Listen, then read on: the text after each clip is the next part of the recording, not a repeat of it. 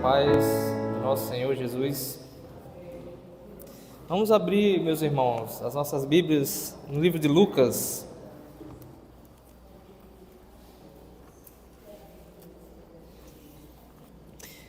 Livro de Lucas, capítulo 1.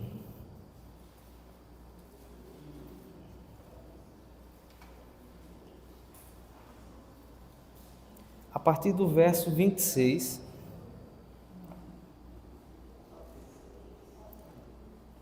até o verso 33. E posteriormente, a partir do verso 39 até o verso 42, tá? Então, do 26 ao 33 e depois do 39 ao 42. Lucas, capítulo 1, a partir do verso 26. Diz assim a palavra do Senhor: No 6º mês foi o anjo Gabriel enviado da parte de Deus para uma cidade da Galileia, chamada Nazaré, a uma virgem desposada com certo homem da casa de Davi, cujo nome era José. A virgem chamava-se Maria. E entrando o anjo aonde ela estava, disse: Alegra-te, muito favorecida, o Senhor é contigo. Ela, porém, ao ouvir esta palavra, perturbou-se muito e pôs-se a pensar no que significaria esta saudação. Mas o anjo lhe disse: Maria, não temas, porque achaste graça diante de Deus. Eis que conceberás e darás à luz um filho, a quem chamarás pelo nome de Jesus. Este será grande e será chamado Filho do Altíssimo. Deus, o Senhor, lhe dará o trono de Davi, seu pai. Ele reinará para sempre sobre a casa de Jacó, e o seu reinado não terá fim.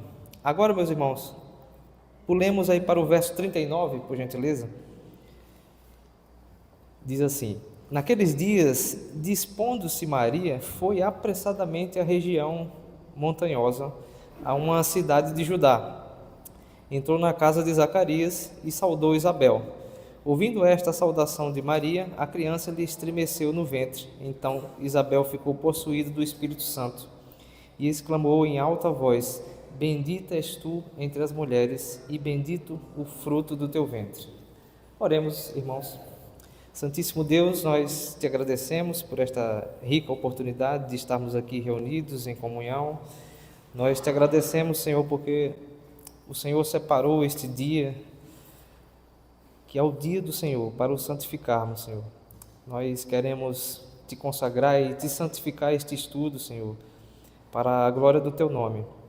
Nós te pedimos que aplique a tua palavra aos nossos corações, a fim de que saiamos daqui renovados, modificados, transformados, Senhor. Nós te pedimos por intermédio do teu Santo Espírito, em nome do Senhor Jesus. Amém.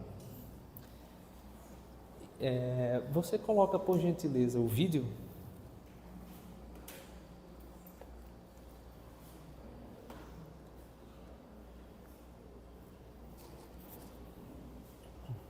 Tem um vídeo que eu preparei para vocês e ele começa com um pessoal louvando a Maria, né? E posteriormente tem a fala de dois padres que irão, digamos assim, justificar esse louvor, tá?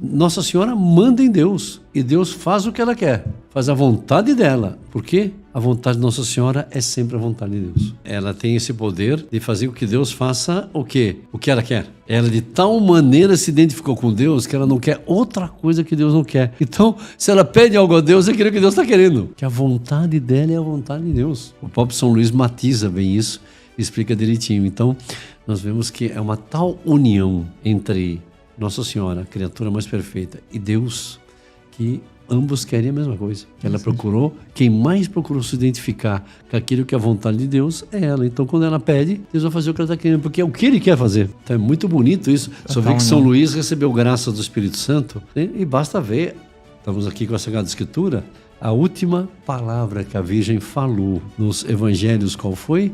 Fazei o que ele vos disser. Então é interessante ver que Nossa Senhora, ela está sempre indicando o nosso Senhor Jesus Cristo.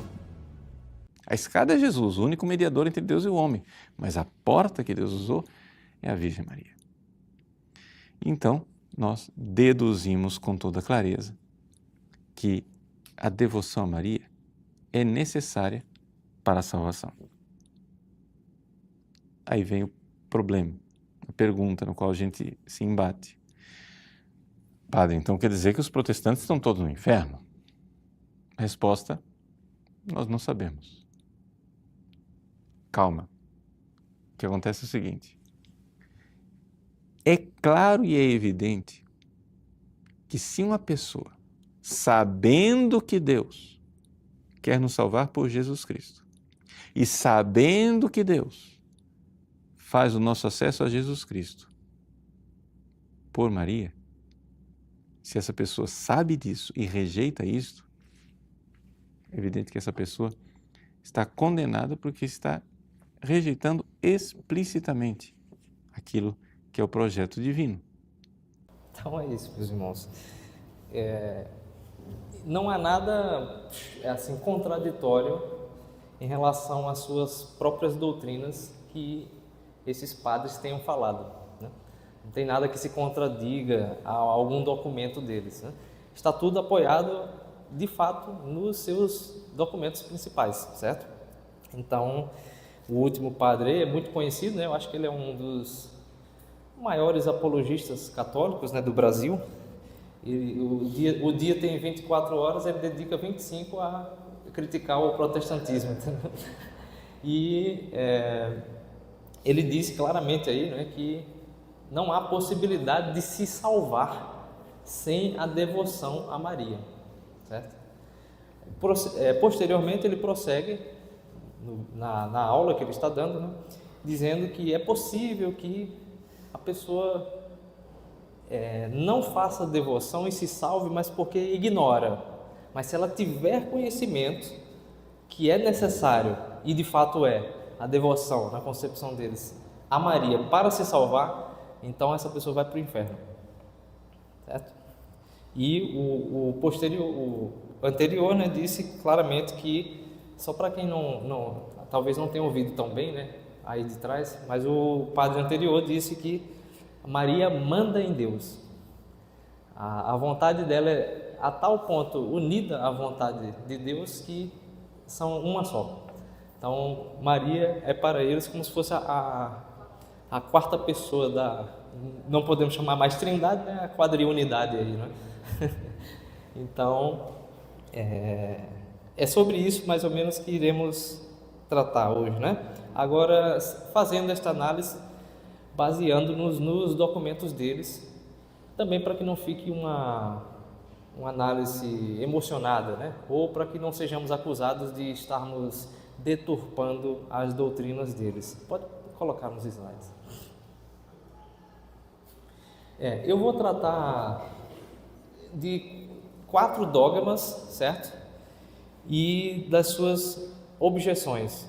Então, vou tratar do dogma de Maria como mãe de Deus, vou tratar do dogma da virgindade perpétua de Maria, da Imaculada Conceição e da Assunção Corpórea. Serão esses 4 dogmas e as suas respectivas objeções, certo? O dogma de Maria como mãe de Deus, né, denominado de Theotokos, muito conhecido, né, esse termo, já foi declarado no terceiro concílio ecumênico de Éfeso, né?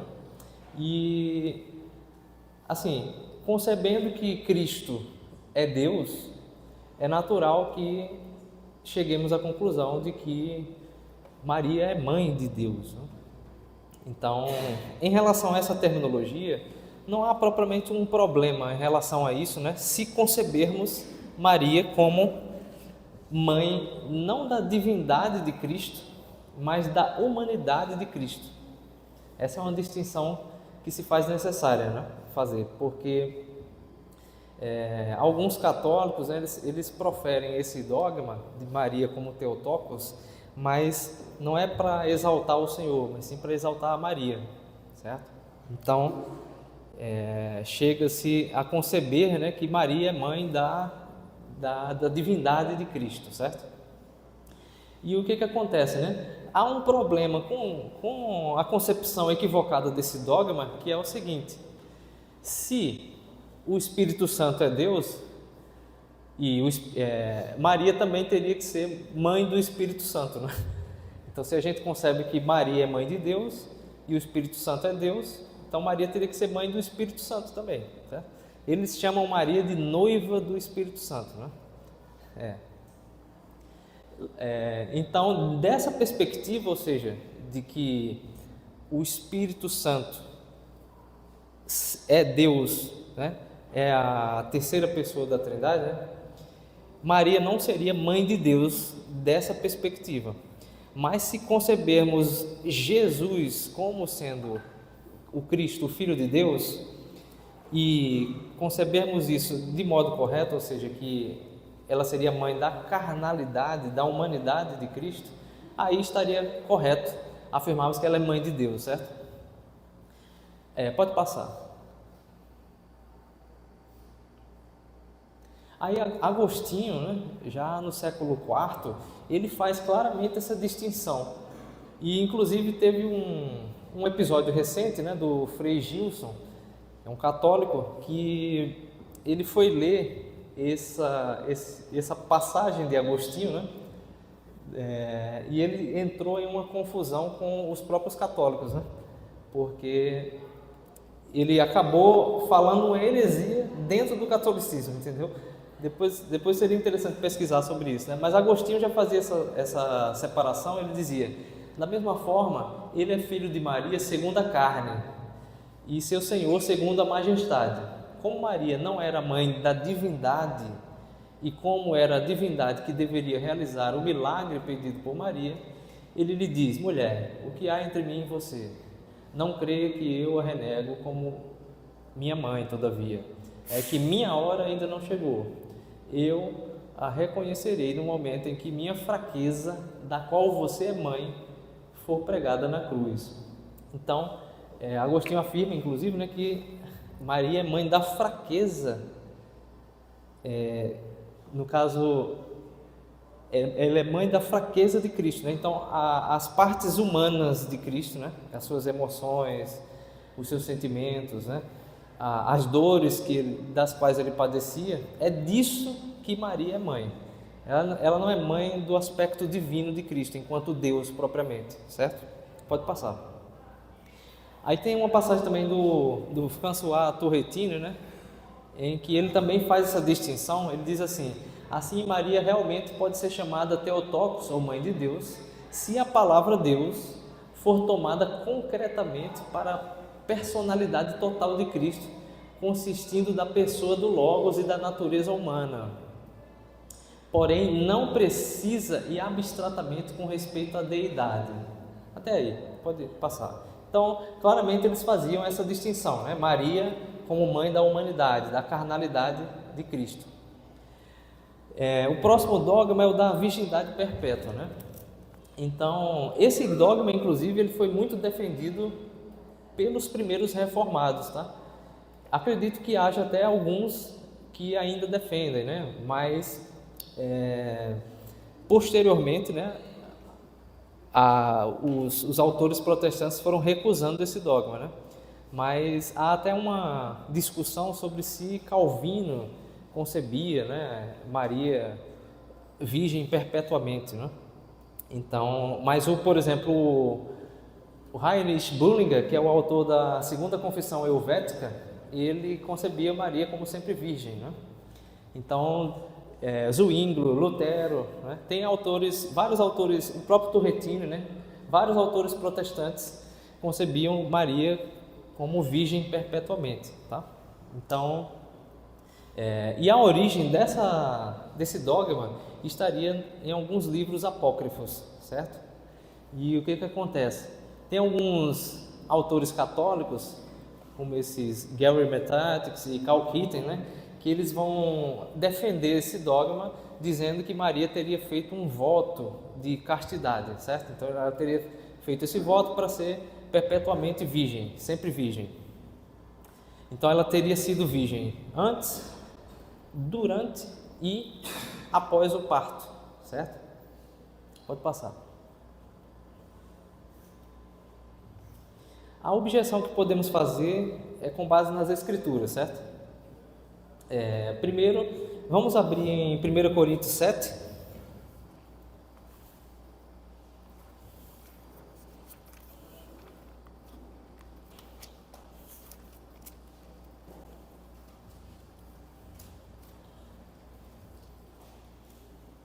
Do verso 2 ao verso 5, 1 Coríntios 7, verso 2 ao verso 5. 1 Coríntios 7, verso 2 ao verso 5. Diz assim: Mas por causa da impureza, cada um tem a sua própria esposa e cada uma o seu próprio marido. O marido conceda à esposa o que lhe é devido, e também, semelhantemente, a esposa ao seu marido. A mulher não tem poder sobre o seu próprio corpo, e sim o marido. E também, semelhantemente, o marido não tem poder sobre o seu próprio corpo, e sim a mulher. Não vos priveis um ao outro, salvo, talvez por mútuo consentimento, por algum tempo, para vos dedicardes à oração e novamente vos ajuntardes, para que Satanás não vos tente por causa da incontinência. Então, aqui o apóstolo Paulo ele defende essa ideia de que marido e mulher possuem uma dívida conjugal um para com o outro. Então, dentro do contexto, por exemplo, judaico, é inconcebível uma esposa virgem. Não existe essa ideia, certo? Marido e mulher se unem e se tornam uma carne só, e essa é a concepção do casamento, biblicamente falando, né? Não tem possibilidade de você casar e se manter virgem, certo? Os católicos vão conceber então que Maria é um ser divinamente especial, né? Porque nesse caso ela poderia, como ela fez um voto de castidade, como ela é a mãe de Deus, né? E como vocês viram aí, como eles têm essa devoção por ela, então eles sustentam que é perfeitamente possível que Maria tenha sido virgem perpetuamente, né? Isso está alicerçado também no dogma que a gente vai ver posteriormente da Imaculada Conceição. Mas tem outra passagem também interessante, né, no livro de Mateus, que diz assim, né? E não a conheceu, referindo-se a José, até que deu à luz seu filho. Então, essa preposição até indica um limite temporal. Por exemplo, se eu digo que Maciel não comeu a pizza até que eu chegasse, o que vocês entendem com isso? Que quando eu cheguei, ele comeu a pizza, né? Então, interpretando esse verso específico da Bíblia, né, a gente concebe que essa preposição está indicando que José não teve relações sexuais com Maria até que ela concebeu Jesus. Mas, posteriormente a isso, ela teria mantido relações sexuais com ele, normalmente como uma mulher cristã, certo? Pode passar. O próximo dogma é o da Imaculada Conceição, né? Ele foi promulgado em 1854 pelo Papa Pio IX.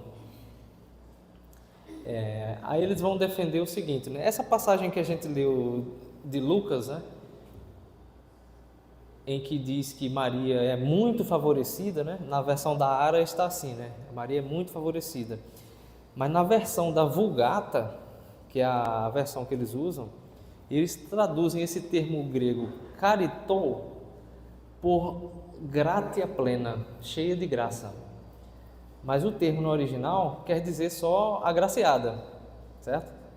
Esse já é um equívoco de tradução que converge para o dogma deles, né? Dizer que Maria é cheia de graça significa que ela tem mais graça do que todos os outros seres, certo?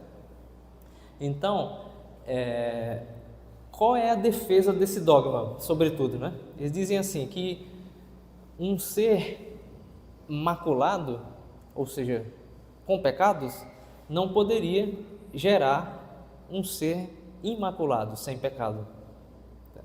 Então, Maria não poderia ter pecados porque Cristo foi um ser perfeito, sem pecados. Então, essa é a defesa que eles fazem, né?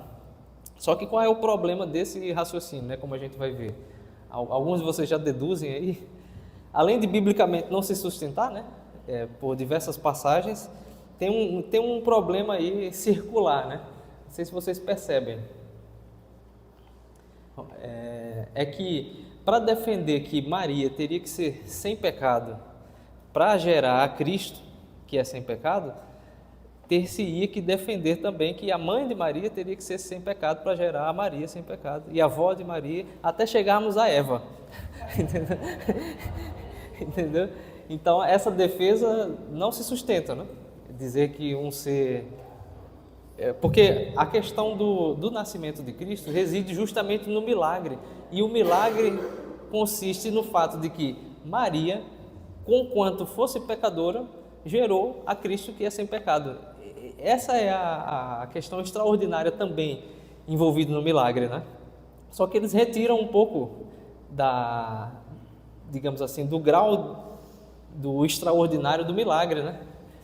Nesse sentido, né? Porque eles atribuem a Maria já a Imaculada Conceição. Então, a doutrina da Imaculada Conceição, o dogma, falando mais precisamente, defende isso, né?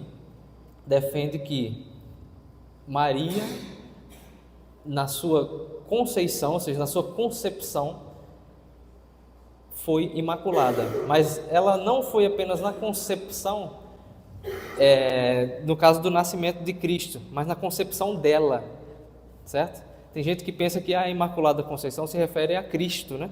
Ao nascimento de Cristo, mas se refere ao nascimento dela, ou seja, a concepção dela, ou seja, da mãe que a teve, né? Foi sem mácula. Então ela foi preservada da mancha do pecado, digamos assim.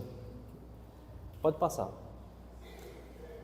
Então essa é a objeção que, sim, aqui na bula, né, do Papa Pio IX, está declarado, né? Lembrando, tá? Eu disse isso no domingo passado, sempre que um Papa promulga um documento oficial da Igreja, esse documento é irreformável. Ele é uma verdade de fé que, caso você não aceite, digamos que você seja da Igreja Católica, mas não aceita o que está sendo falado, você deve ser excomungado, certo?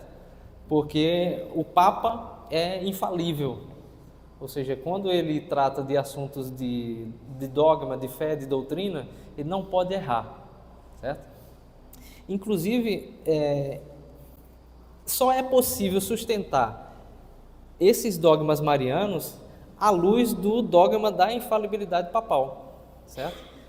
Então, mesmo as doutrinas marianas, não que o Papa, na concepção deles, esteja acima de Maria, não está. Maria está acima de tudo. Mas, para defender os dogmas marianos, eles precisam sustentar que o Papa, sendo infalível, quando promulga um dogma sobre Maria, não tem erro, não contém erro. Aí o padre, né, falou no vídeo ali que o que Maria manda, Deus faz, né? Deus obedece o que Maria manda, né? E aí o Papa Bonifácio VIII, até anotei isso aqui, né? No ano 1302, ele diz assim: declaramos, proclamamos, definimos que é absolutamente necessário para a salvação que toda criatura humana esteja sujeita ao Romano Pontífice, ou seja, ao Papa, certo? Então, o padre, o último que falou, ele disse que é necessário para a salvação a devoção a Maria, e aqui, também de acordo com os documentos católicos, é necessário para o ser humano se salvar a sujeição ao Papa. Então, digamos, tem dois níveis de sujeição que são absolutos, né, dentro do catolicismo romano, que caso você não venha se sujeitar, você vai para o inferno, na concepção deles. Primeiro, ao Papa. Se você não se sujeita ao que o Papa diz, não tem possibilidade de se salvar. E segundo, a devoção a Maria. Se você não realiza a devoção a Maria, também não tem possibilidade de se salvar, certo? Então, lendo os documentos, diz assim, né? Sempre absolutamente livre de toda mancha de pecado, toda bela e perfeita, ela possui uma tal plenitude de inocência e de santidade que depois da de Deus não se pode conceber outra maior. A doutrina que sustenta que a Beatíssima Virgem Maria, no primeiro instante de sua conceição, foi preservada imune de toda mancha de pecado original, essa doutrina foi revelada por Deus e por isso deve ser crida firme e inviolavelmente por todos os fiéis, certo? Então, como eu falei também no domingo passado, eles também concebem que as revelações não cessaram, né? Então, eles estão sempre, digamos assim, abertos para promulgar um novo dogma que será revelado por intermédio do Papa, né? Então, como o Papa é infalível, quando ele promulga um dogma, significa que foi revelado pelo próprio Deus, né? Porque o Papa, como é concebido como o sucessor de Pedro, então ele é uma espécie de apóstolo também. Pouca gente toca nesse assunto, né? Mas o Papa, na concepção deles, é um apóstolo, certo? Porque ele está sucedendo Pedro.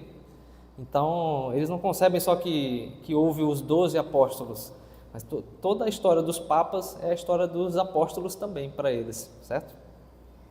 Pode passar, por favor. Aí a objeção que nós podemos fazer, evidentemente, é com base na Bíblia, né? Romanos 5,12, né? Todos pecaram, né? E necessitam da graça de Deus.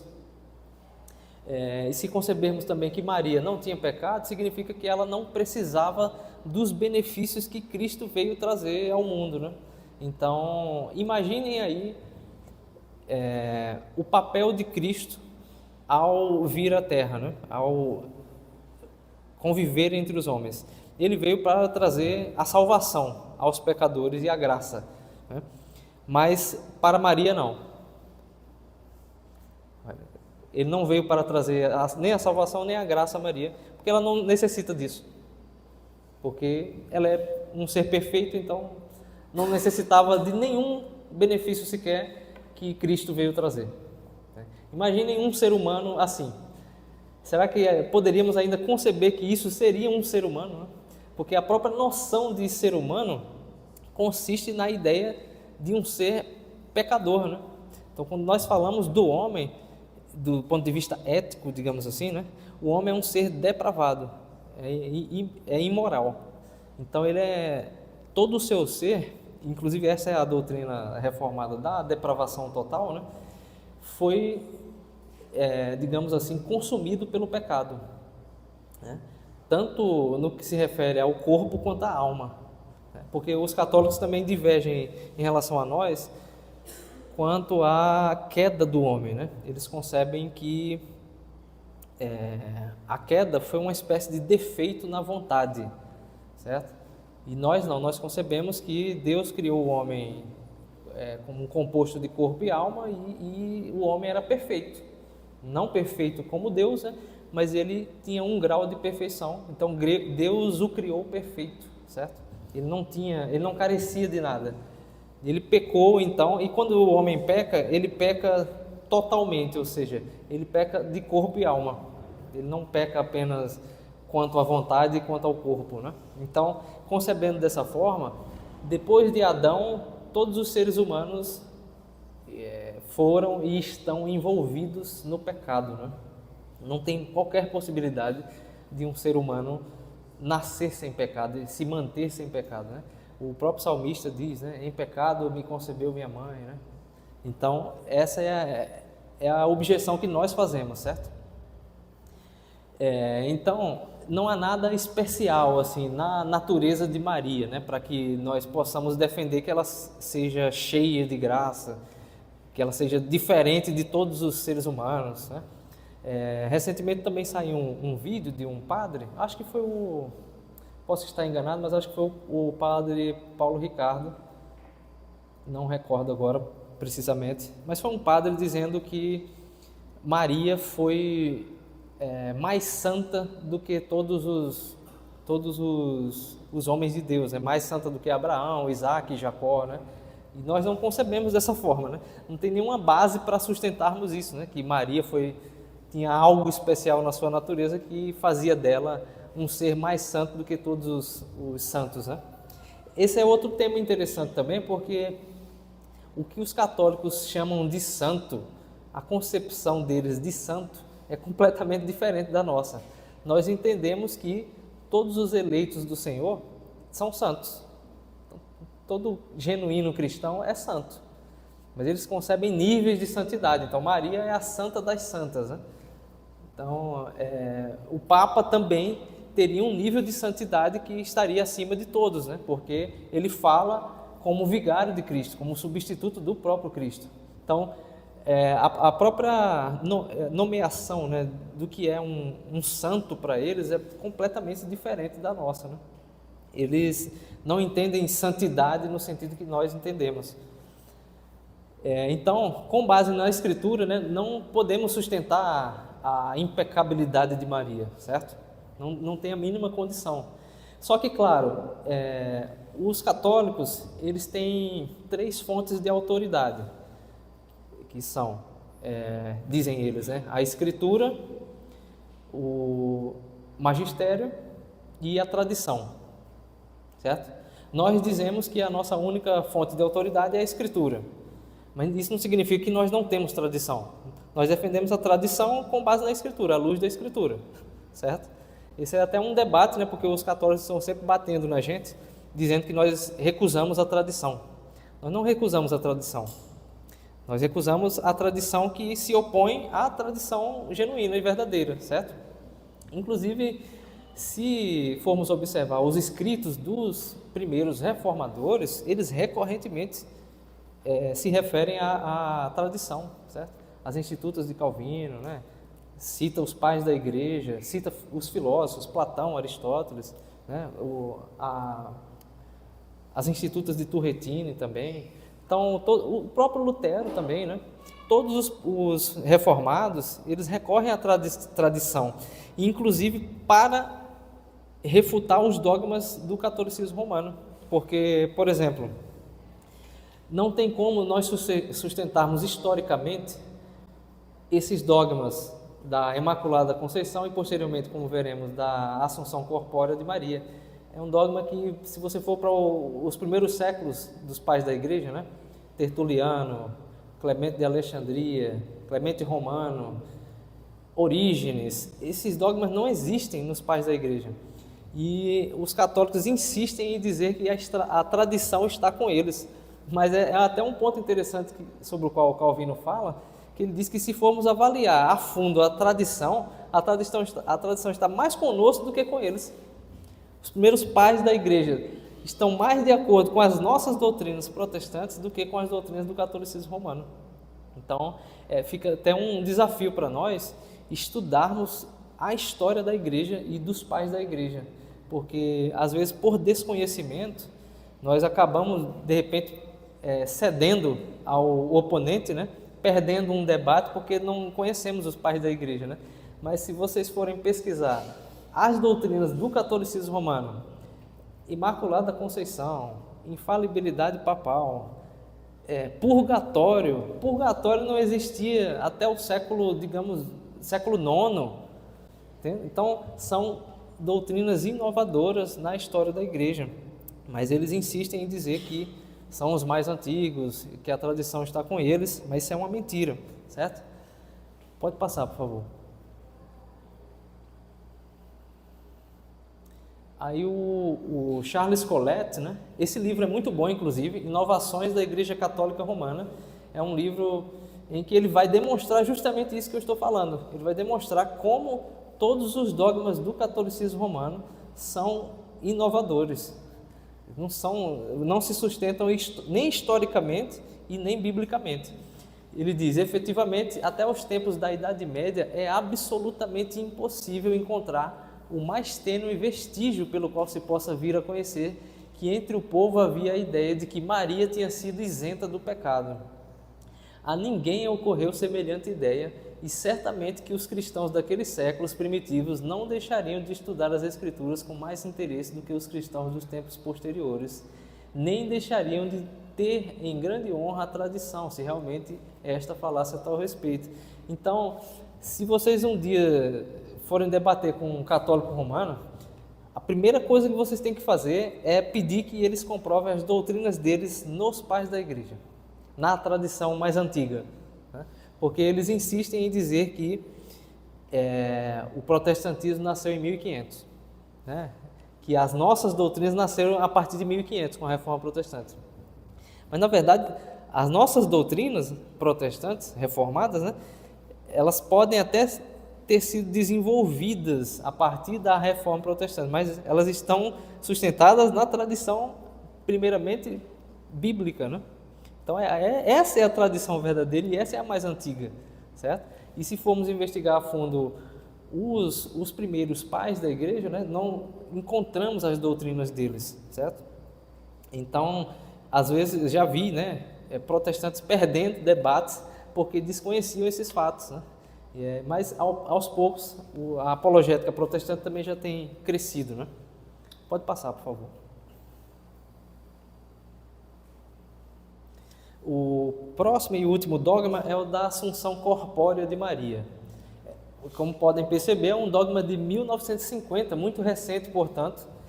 Não há nenhum resquício desse dogma antes do, digamos assim, antes do século XIX, século XX, certo? Então, se quanto ao dogma da Imaculada Conceição já não podemos sustentá-lo à luz dos pais da igreja, né? O que diremos então do dogma da Assunção Corpórea de Maria, né? É interessante porque esse dogma não explicita se Maria morreu biologicamente ou não. É um dogma profundamente obscuro, certo? Que vai sustentar a ideia de que Maria foi assunta aos céus de corpo e alma, certo? Então, mas no documento oficial deles, não se fala, por exemplo, se Maria teve uma morte física do corpo biológico. E, inclusive, esse é um ponto de controvérsia entre os próprios católicos, né? Como interpretar esse dogma? Parece que foi, digamos assim, promulgado obscuramente de propósito, né? Então, diz assim, né, essa carta Lumen Gentium do Papa Pio XII: finalmente a Virgem Imaculada, preservada imune de toda mancha da culpa original, terminado o curso da vida terrena, foi elevada ao céu em corpo e alma e exaltada por Deus como rainha, para assim se conformar mais plenamente com seu Filho, Senhor dos Senhores e vencedor do pecado e da morte. Então eles dizem assim, né? Terminado o curso da sua vida, mas não dizem se ela morreu ou não. Você pode até interpretar, alguns inclusive interpretam assim, que terminado o curso da sua missão aqui na Terra, né? Ela foi assunta aos céus, né? Foi arrebatada, exatamente, como Elias, né? Mais ou menos assim. Então, é um dogma profundamente obscuro, né? Que não tem fundamento algum nas Escrituras e nem na tradição. Nem mesmo na tradição que eles dizem ter, esse dogma se sustenta. É até interessante também, uma das objeções que a gente pode fazer aos católicos é quanto ao conceito de tradição, porque é um conceito extremamente vago e superficial. Eles dizem que tem uma tradição, mas se você investigar a tradição a fundo, aí você pode perguntar, mas é a tradição de quem? De Tertuliano? De Clemente de Alexandria? É a tradição de, por exemplo, Jerônimo? Porque Jerônimo é o tradutor da Vulgata. E eles dizem, né, que determinaram o cânon bíblico. Foi a Igreja Católica Romana que determinou isso que nós reconhecemos aqui como Bíblia, certo? Foi eles que reconheceram os livros e eles determinaram. Aí, no livro deles, né, a diferença em relação ao nosso é que eles têm os livros apócrifos. E Jerônimo, o tradutor da Vulgata, não reconhecia os livros apócrifos como canônicos. Então, o próprio tradutor de quem eles pegam a tradução, né, que é um dos pais da igreja, inclusive, latino, né, não reconhecia os apócrifos como livros inspirados. Ele diz, inclusive no prefácio, né, que esses livros estão aqui para leitura, mas não devem ser reconhecidos como inspirados. E essa é uma questão interessante, porque os católicos constantemente dizem que Lutero retirou 7 livros da Bíblia, né? Eles saem repetindo isso aí como papagaios, só que Lutero não tirou 7 livros da Bíblia, né? Inclusive até o século mais ou menos 19, a nossa Bíblia era com os apócrifos. Só que eles eram anexados como livros não inspirados. Se você quiser ler, você lê, entendeu? Se você comprar hoje a Bíblia de Lutero, em alemão, vai ter os apócrifos. Então, Lutero não retirou os apócrifos, só não os reconhecia como inspirados, à luz de toda uma tradição que também não reconhecia, certo? Pode passar, por favor. Só mais uma leitura desse dogma que é importante, né? Diz assim: pelo que parece quase que impossível contemplar aquela que concebeu, deu à luz, alimentou com seu leite a Cristo e o teve nos braços e apertou-o contra o peito, estivesse agora, depois da vida terrestre, separada dele, se não quanto à alma, ao menos quanto ao corpo.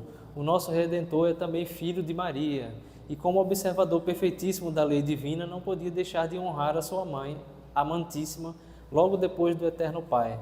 E podendo ele adorná-la com tamanha honra, preservando-a da corrupção do sepulcro, deve crer-se que realmente o fez. Então, deve crer-se, né? Mas não tem base para isso, mas deve crer-se. E só lembrando, né? Por mais que esse dogma seja estranhíssimo, para ser genuinamente católico romano, né, você não pode recusar nenhum dogma desse. Sempre que eles promulgam um documento oficial, eles dizem: se você não concorda com isso, será excomungado. Foi isso que aconteceu, inclusive, com Lutero, né? Lutero foi excomungado. Então, para você ser católico, você tem que concordar com tudo, todos os dogmas, com os de agora e com os do porvir, que a gente não sabe quais serão, mas certamente haverão mais, né? Haverá mais. Pode passar. Certo. A objeção que nós fazemos a esse dogma é que não há base bíblica para isso, né? Nós sabemos que a concepção bíblica é a de que a nossa alma ela é assunta aos céus, mas o nosso corpo ele não é imediatamente assunto aos céus, né? Nós defendemos isso, por exemplo, com base em... Vamos abrir em 1 Coríntios 15. Não precisamos ler tudo, mas só alguns versos. A partir do verso 35.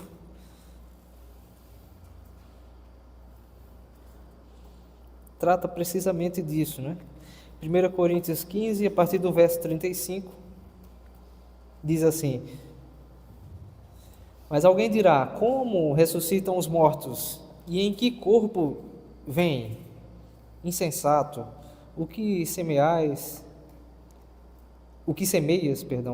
não nasce. E primeiro,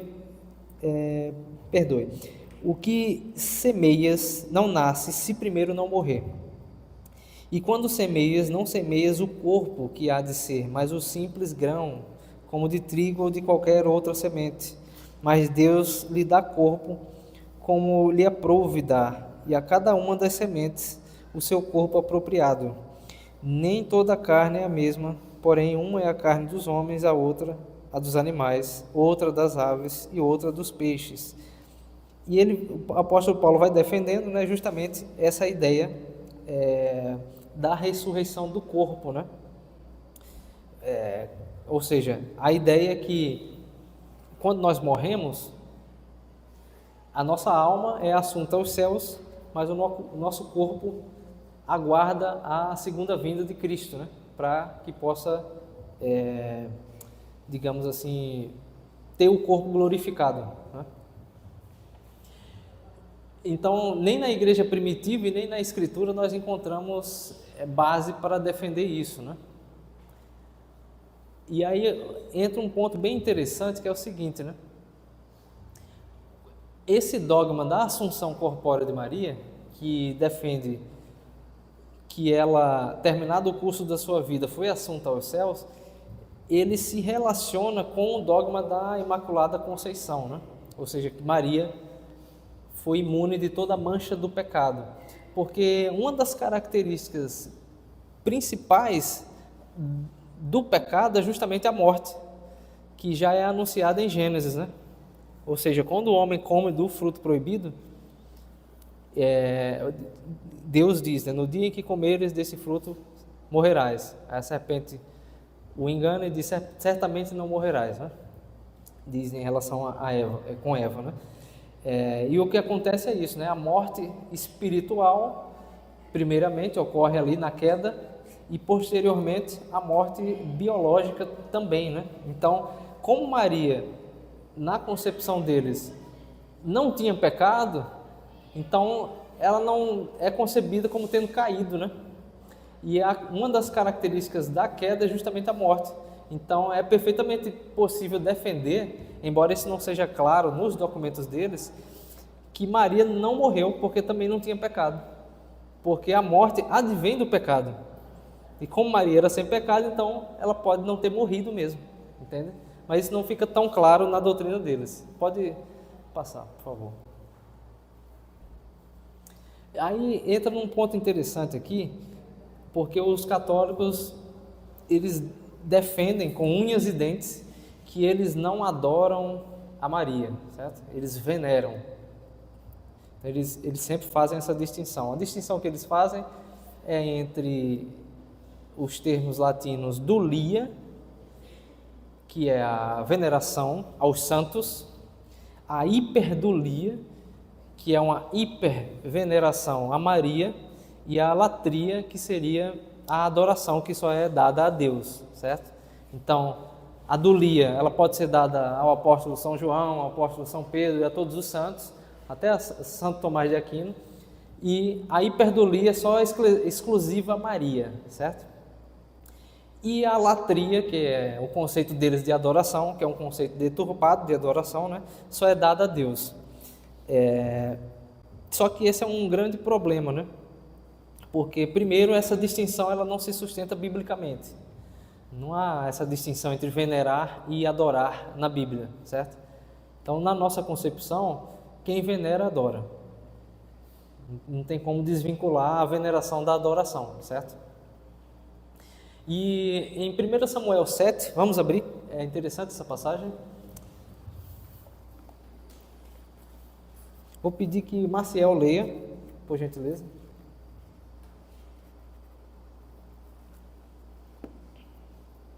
1 Samuel 7, só os versos 3 e 4. Tá? Falou Samuel a toda a casa de Israel, dizendo: se é de todo o vosso coração que voltais ao Senhor, tirai dentre vós os deuses estranhos e os astarotes, e preparai o coração ao Senhor, e servi a Ele só, e Ele vos livrará das mãos dos filisteus. Então os filhos de Israel tiraram dentre si os Baalins e os astarotes, e serviram só ao Senhor. Obrigado, Marcel. Essa passagem é muito interessante, né? Porque enfatiza o só, serviram só ao Senhor. E o verbo servir, no grego, né?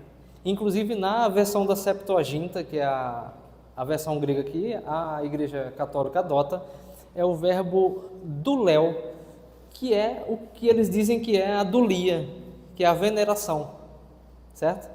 Então, o verbo é duléu, e no contexto da passagem de 1 Samuel, diz-se que dulia é somente a Deus, certo? Então, e o que é dulia? Dulia significa servir, ser escravo, obedecer, né? Aí a pergunta que fica para nós é a seguinte: se a dulia só pode ser dada a Deus, né? Como a hiperdulia, que seria uma dulia mais do que essa que encontramos em 1 Samuel, poderia ser dada a Maria, né? Seria uma espécie de, assim, você seria um hiper escravo de Maria, certo? Eles sustentam que isso é possível e que isso não tem nenhuma relação com a adoração, é só a veneração. E é interessante, né, porque se perde a própria noção de adoração com o catolicismo romano. Eles não têm uma noção do que é adoração, porque se tudo o que eles fazem em relação aos santos e a Maria não é adoração, então o que vai ser adoração então, né? A gente perde o próprio conceito mesmo, a própria ideia de adoração, né? Pode passar, por favor. Sim, só naquela passagem, vocês devem ter visto ali, né, que a passagem de Mateus que diz que não se pode servir a dois senhores, né, o verbo servir também é do Léo ali, certo? Então, vejam só, já vimos que essa distinção entre latria e idolia não se sustenta. A igreja ortodoxa, tentando não caminhar na linha da igreja romana, fez uma distinção entre adorar, que seria latria, e prosquineses, que seria a veneração. Então, para eles, é possível a veneração, mas não é a veneração que é dulia. Eles dizem, não, a veneração na verdade não é dulia, é prosquineses, certo? Aí isso complica ainda mais a vida deles, a gente vai ver. Eles tentando não se envolver com o romanismo, eles pioram ainda mais a situação, né? Porque, com base em passagens bíblicas, a gente tem, por exemplo, Lucas 4:8. Porque está escrito, adorarás o Senhor teu Deus e só a Ele servirás. Então, é prosquineses, né? Adorarás, e servirás, que é a latria. Entendeu? Aí é que não se sustenta mesmo. Aí, Atos 10:25, né? E aconteceu que, entrando Pedro, saiu Cornélio a recebê-lo e, prostrando-se a seus pés, o adorou. Prosquinel aí também. Mas Pedro o levantou, dizendo, levanta-te, que eu também sou homem. E por fim, Apocalipse 22:8-9, né? Que é depois que o apóstolo João tem toda aquela visão do Apocalipse, ele se rende, né, aos pés do anjo. E o apóstolo João fraquejou na fé, né, digamos, e o anjo o corrige, né? Diz assim, prostrei-me aos pés do anjo que mais mostrava para o adorar, que é prosquinel, e disse-me, olha, não faças tal, porque eu sou conservo teu e de teus irmãos, os profetas, dos teus irmãos os profetas e dos que guardam as palavras deste livro, adora a Deus, toteo prosquinesson, né? Então, é justamente essa a ideia, né? Os ortodoxos, eles tentam também sustentar a adoração à Santíssima Virgem, né? Há algumas divergências entre os ortodoxos e os romanos, né? Por exemplo, os ortodoxos não concebem que Maria, o dogma da Imaculada Conceição de Maria. E uma das objeções que eles fazem é justamente essa, né? Que para que Maria fosse imaculada, a fim de que o Senhor Jesus nascesse, a mãe de Maria também teria que ser, e assim por diante, né? Então, há várias divergências, né, em relação aos ortodoxos, e eles tentam também sustentar essa noção de que seria possível a veneração à Virgem Maria, certo? E nós objetamos isso também. Pode passar, por favor. Aí outra questão muito importante, né? Porque eles também dizem que, além de não adorarem Maria, eles não adoram as imagens. Eles só veneram as imagens. A imagem seria, digamos, o protótipo do original, né? Que são os santos. Só que há documentos deles, oficiais, que dizem que eles adoram as imagens. Então, eles próprios ficam propagando uma mentira por desconhecerem os seus documentos, né? Quarto Concílio de Constantinopla, seção 10ª. Do mesmo modo também a imagem da Imaculada sua mãe e genitora de Deus, Maria, e além disso, pintamos também as imagens dos santos anjos, como os representa em palavras a Divina Escritura, mas também as imagens dos apóstolos, tão dignos de louvor, dos profetas, dos mártires, dos varões santos e igualmente de todos os santos. Nós os honramos e adoramos. E ali está até o termo em latim, eu coloquei, né? E aqueles que não se conduzem assim, seja anátema da parte do Pai, do Filho e do Espírito Santo. Então, se não concorda, saia daqui, né? Tem outra passagem também, pode passar, em que na tradução portuguesa, né, da tradução para o português, eles adulteraram a tradução para dar a entender que eles não adoram, né? Aí eles dizem assim, ó, quem venera uma imagem, venera nela a pessoa representada. Aí, como eles defendem que veneram e não adoram, essa tradução é benéfica para eles, né? Mas o original diz assim: quem adora uma imagem, adora aquilo que nela subsiste, ou seja, a pessoa, né? Então, eles fazem malabarismos, né, com os próprios documentos deles para sustentar essa distinção entre veneração e adoração. Mas, de acordo com os próprios documentos deles, eles adoram as imagens, certo? Pode passar. Aí eu vou só concluir com algumas passagens um pouco chocantes, tá? Mas depois daqueles vídeos também nada mais é chocante, né?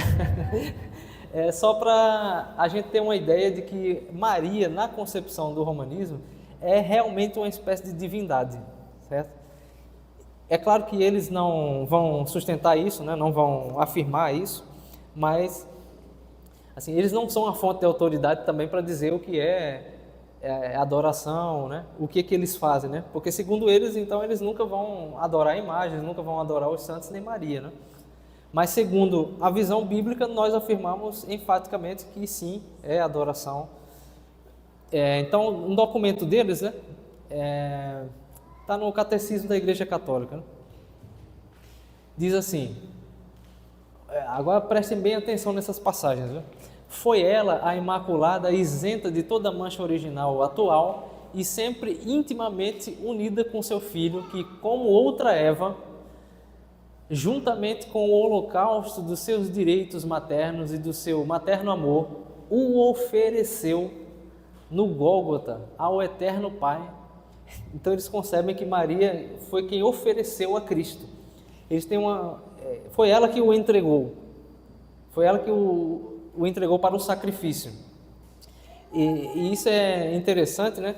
Porque eles, assim como eles entendem que Maria entregou a Cristo para o holocausto, eles entendem que se não fosse o sim de Maria, Jesus jamais teria nascido, né? Então ela disse sim ao Senhor. Naquele momento em que o anjo anunciou para ela, né, que ela teria um filho, né? Ou seja, ele anunciou, então é óbvio que iria acontecer, mas se não fosse o sim dela, Jesus jamais teria nascido. Entendeu? Então eles concebem que a vontade de Maria determina efetivamente os fatos da história, certo?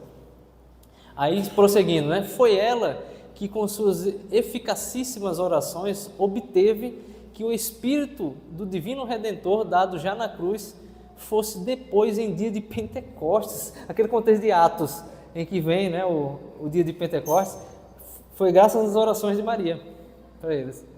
Se não fossem as orações de Maria, o dia de Pentecostes também jamais teria ocorrido na história, né? E depois, olha só o finzinho, né? Ela finalmente suportando com ânimo forte e confiante imensas dores, verdadeira rainha dos mártires, mais que todos os fiéis, completou o que falta à paixão de Cristo. Então, o sacrifício de Cristo não foi suficiente. Faltava alguma coisa, que era justamente a intercessão de Maria, as obras de Maria, certo? Isso é documento oficial deles, não tem nada espantoso no meio deles aqui. Pode passar, agora a coisa vai piorar. Aí eu trago aqui algumas passagens de autores católicos que eles são autores canonicizados, tá? A Igreja Católica Romana, ela tem um imprimatur, que é uma autorização, digamos assim, para dizer que um livro não tem heresia, certo? Digamos que alguém aqui, claro que não, né? Mas só um exemplo, seja um autor católico, e aí você publica um livro, certo? Aí a igreja pode dar o imprimatur e dizer, esse livro está isento de heresias. Todos esses livros as passagens desses livros que iremos ler, tem um imprimatur. Aí São Boaventura diz assim: Senhora, não me deixe ser corrigido por Deus, nem ser julgado por Ele. Então, eles concebem que o julgamento deles não poderia ocorrer pelo próprio Deus, né? Porque Deus é severo demais. Então, como Maria é justamente aquela que nos favorece, né, com as suas graças, a gente deveria recorrer a Maria nas orações e não a Deus, né? Porque se formos diretamente a Deus, essa é a concepção deles mesmos, né? Inclusive o padre Paulo Ricardo diz que os protestantes são arrogantes, né? Porque oramos diretamente a Cristo. Os protestantes são muito arrogantes, né? Eles querem chegar a Cristo sem a mediação de Maria. Eles chamam isso de arrogância, né? Isso que é um imperativo bíblico, orar ao Senhor. Outras passagens, né? A ti dou louvor, minha Senhora, com todo o meu coração, e declararei dentre as nações tua honra e glória. Que os pecadores encontrem a graça de Deus por meio de ti, que nos derrama graças de salvação. Eu cantarei por tua honra e glória, e o teu nome será glorificado para sempre. Isso parece até repetição de salmos, né? Que se referem a Deus. É isso mesmo.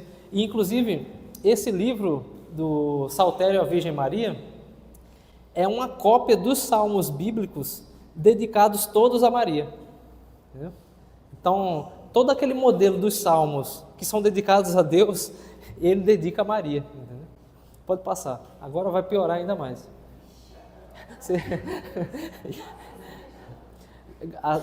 As glórias de Maria, de Ligório, né? Olhem só isso. Quando nos dirigimos a essa divina mãe, não só devemos ficar certos do seu patrocínio, mas às vezes seremos até mais depressa atendidos e salvos, chamando pelo nome de Maria do que invocando o santíssimo nome de Jesus. Peço até perdão a Deus e aos irmãos por ter que ler isso aqui, viu? E aí diz, né? Eis a razão que dá o escritor, né? Ele está se referindo salvo engano, justamente a São Boaventura, que a gente acabou de ler. Cristo, como juiz, tem o ofício de punir. Isso é até algo que como é que é o nome do autor que escreve sobre James White. É algo que o James White escreve no seu livro, né? Que ele diz assim, que eles têm uma noção de um Cristo super severo e punitivo, e Maria como bondosa e graciosa. Então, o fato de você se dirigir a Cristo é muita arrogância, porque Cristo pode corrigir você, lhe matar se você for orar a Ele de repente, entendeu? Jogar uma maldição na sua vida, é melhor você não se dirigir a Cristo, não. Aí ele diz assim, né? A Virgem, como padroeira, tão somente tem o de compadecer-se. Quer com isso dizer que achamos a salvação mais depressa junto à mãe que junto ao filho. Vai piorar ainda, vai lá.